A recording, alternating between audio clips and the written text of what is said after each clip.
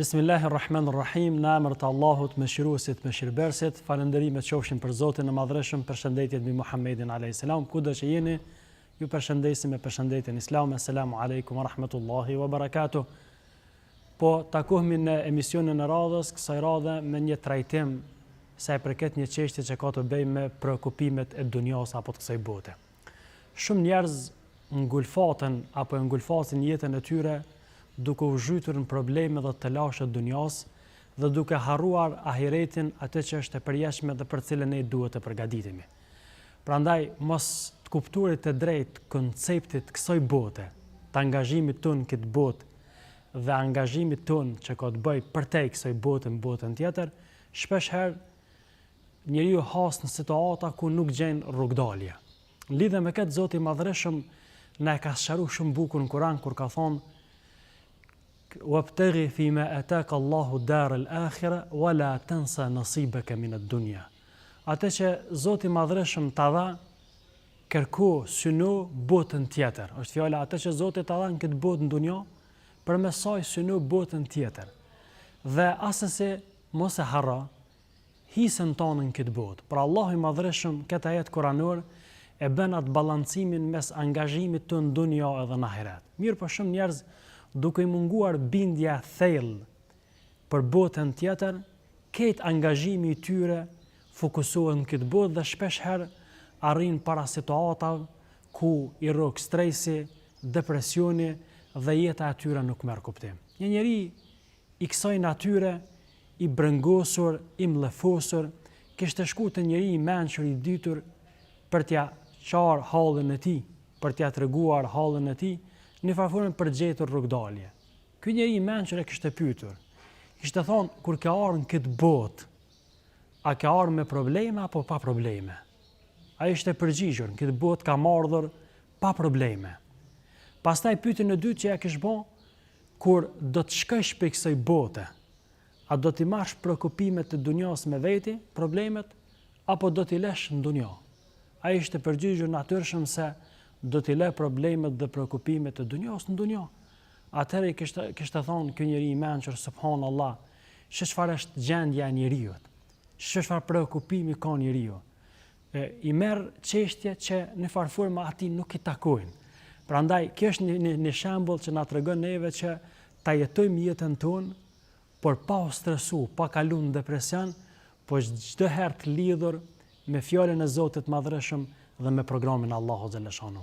Ajeti që e largon brengën e njerit, e largon mërzinë e njerit dhe ja hiq njeriu të lashet dhe problemet, është një prej ajete ku Zoti i Madhreshëm thot: "Wa ma yattaqillaha yaj'al lahu makhraja." Ai që i ka frikë Allahun, Allahu i gjon rrugdalje. "Wa yarzuquhu min haythu la yahtasib." Edhe Allahu e furnizon ka ai nuk e pret fare. Ky ajet i Kuranit, kjo fjalë e Zotit Madhreshëm, në vete përmban një kusht që është devotshmëria ndaj Allahut xhaleshanu.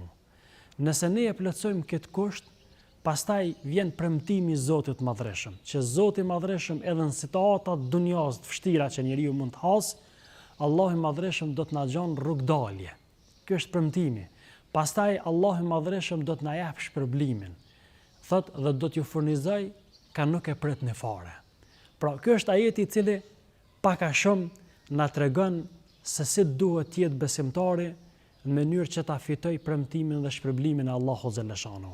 Pra, e jonja nga ne kërkohet që të kemi frikë Zotin e Madhreshëm dhe devotshmëria e ka kuptimin që të nënshtrohemi urdhrave të Zotit, pra të kryjmë obligimin ndaj Zotit të Madhreshëm dhe të largohemi nga ndalesat haramet e Allahut xhaleshanu. Shumë njerëz duke mos e pasur qartë se ku dojnë me mri, gjithsesi duke mos qenë të lidhur me ahiretin, atëherë i preokupon dunjoja dhe zhytën ta dhe atëherë nuk kanë zgjidhje. Mirë, po besimtari i vërtet është ai i cili kupton se dunjoja është aja ara cilën duhet ta mbjellim dhe përmes saj ta fitojmë botën tjetër, ta fitojmë xhenetin e Allahut xhaleshanu.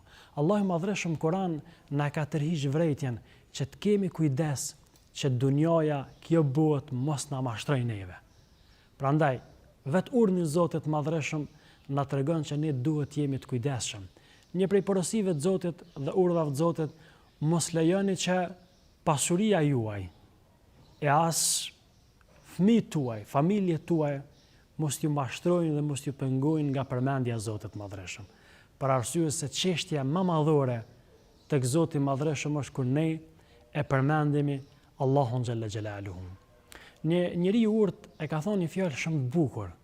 Ka thonë mos u preokupo me dunjon, se dunjoja është e Allahu xhalla shanuhu. As mos u preokupo me riskun, se risku është prej Allahu xhalla shanuhu. Po ashtu mos u preokupo me të ardhmen, për arsye se ardhmja është në dorën e Zotit. Por preokupo me një preokupim të vetëm, qysh kime kënaqë Allahun xhalla shanuhu. Prandaj edhe porosia këtyre këshillave është që kjo duhet të jetë preokupimi jonë, me angazhimin tonë, me punën tonë që e bojmë jetën e kësaj bote, se sa po arrim që me kënaqë Allahun xhalla shanuhu. Zoti i madhreshëm i ka thonë Muhammedit alayhi salam në ajetin që është më shpresdhan në Kur'an: "Wala sawfa yu'tika rabbuka fatarda", Allahu ka më dhënë ty edhe ti ki mu kënaq. Prandaj e jonja është që atë që na ka dhënë Zoti, qoftë në aspektin e riskut, qoftë në aspektin e përgjithshëm të jetës tonë, me qenë të kënaqur me ato që na ka dhënë Allahu xhalla shanuhu, se kjo është pasuria më e madhe. Kështu Zoti i tha Muhammedit alayhis salam: "Allahu ka më dhënë ty edhe ti ki mu boj kënaqur." Pra vazhdimisht Zoti neve na jep të mira, por shpesh herë ne i harrojmë të mirat duke mos e falendëruar Allahun xhalla shanuhu. Prandaj Zoti po ashtu ka thonë: "La in shakartum la azidannakum." Nëse falenderoni për ato të mira që ju ka dhënë Zoti, Allahu i madhreshëm do t'ja shtoj të mirat. Njëri bujar kishte ftu disa musafir për ta vizituar, do të mundohemi përmes këtij shembullit me kuptuar më mirë këtë çka po kemi për qëllim me thonë. Dhe këta musafir, njëri prej musafirëve kur kishte shku te personi bujar që kishte ftu në atë darkën e tij, ai momentet që kishin atë shtëpi, ishte preokupuar me të mirat, me inventarin që ka qenë prezent në shtëpi, me ushqimet, me pijet, me gjesendet që kanë qenë në shtëpi, dhe kishte filluar me grumbullu, derisa pronari i shtëpisë sheh që ky po i të bën, po i grumbullon ato gjanat që realisht nuk janë tij. Dhe po e përcjell derisa i urdhnon ata shërptor që i kishte që këtë njeri ta qesin jashtë shtëpisë dhe t'ia marrin ato gjesendet. Kurse një njeri tjetër që ishte prezent po me të njëjtin person, kishte shku si bujar, kishte qëndru si bujar, edhe kishte dalë si bujar, nuk ishte preokupuar me çështjet edhe me gjesendet që ishin përbrenda asaj shtëpie.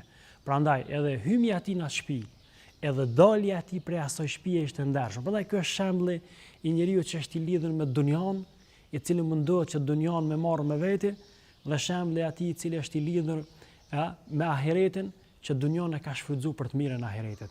Inshallah Zoti i madhreshëm na preokupon me atë e cila do të na bëjë dobi edhe pasi që ne do të kalojmë prej kësaj bote.